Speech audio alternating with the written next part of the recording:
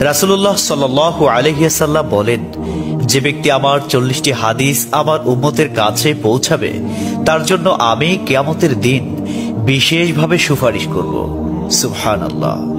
Number 2, মানুষের মধ্যে যারা মৃত্যুকে বেশি করে স্মরণ করে এবং তার জন্য প্রস্তুতি নেয় তারাই সবচেয়ে বুদ্ধিমান। নাম্বার 3, প্রত্যেক জিনিসের যাকাত আছে, আর দেহের যাকাত হচ্ছে রোজা। নাম্বার 4, যে তার সময় আল্লাহর জন্য ব্যয় করে না তার জন্য জীবন অপেক্ষা মৃত্যু শ্রেয়।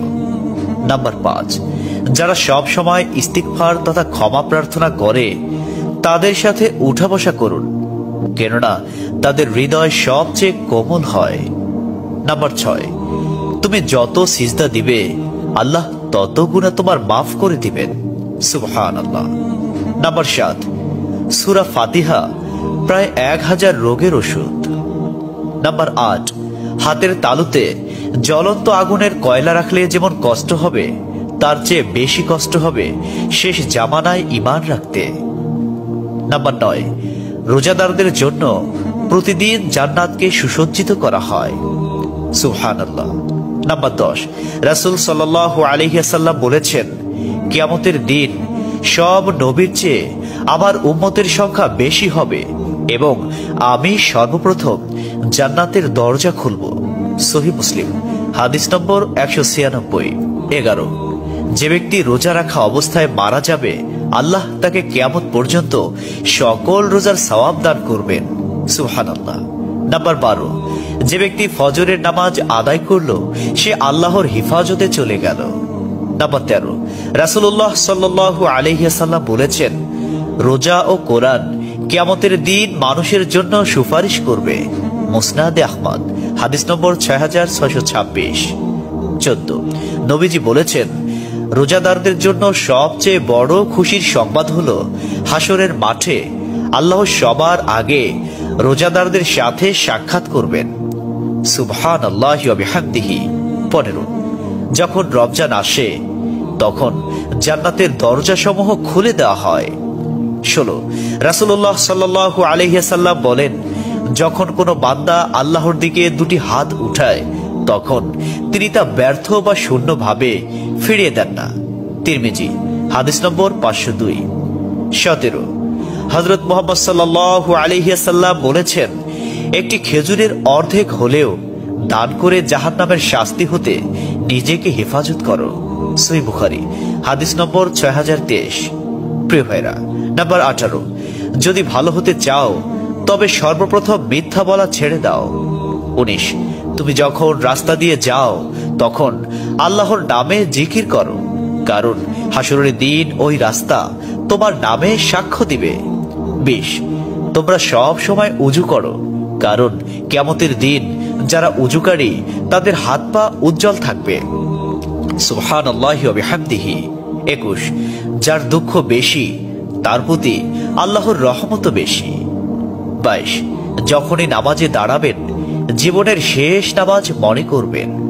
23, যে মহিলা গর্ভাবস্থায় 1 খতম কোরআন পাঠ করবে তার গর্ভের ওই সন্তান একজন নেককার বান্দা হিসেবে দুনিয়াতে আগমন করবে। সুবহানাল্লাহ।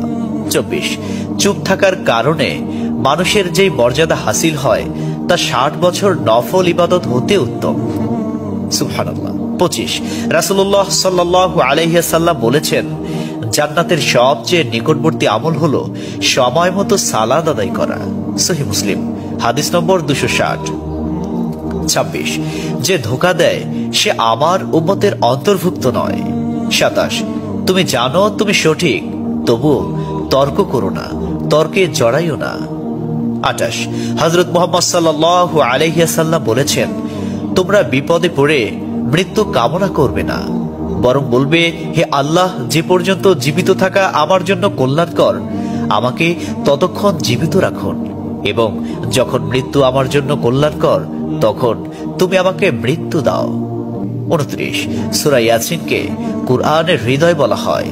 30, হযরত মুহাম্মদ সাল্লাল্লাহু আলাইহি ওয়াসাল্লাম বলেন, মায়ের একটি কষ্টের নিঃশ্বাস 7টি দোজখের চেয়েও ভয়ঙ্কর, আর একটি সুখের হাসি 8টি বেহেশতের সমান। সুবহানাল্লাহ। 31 যে অন্যের বাবা মাকে গালি দিল সে যেন নিজের বাবা মাকে গালি দিল।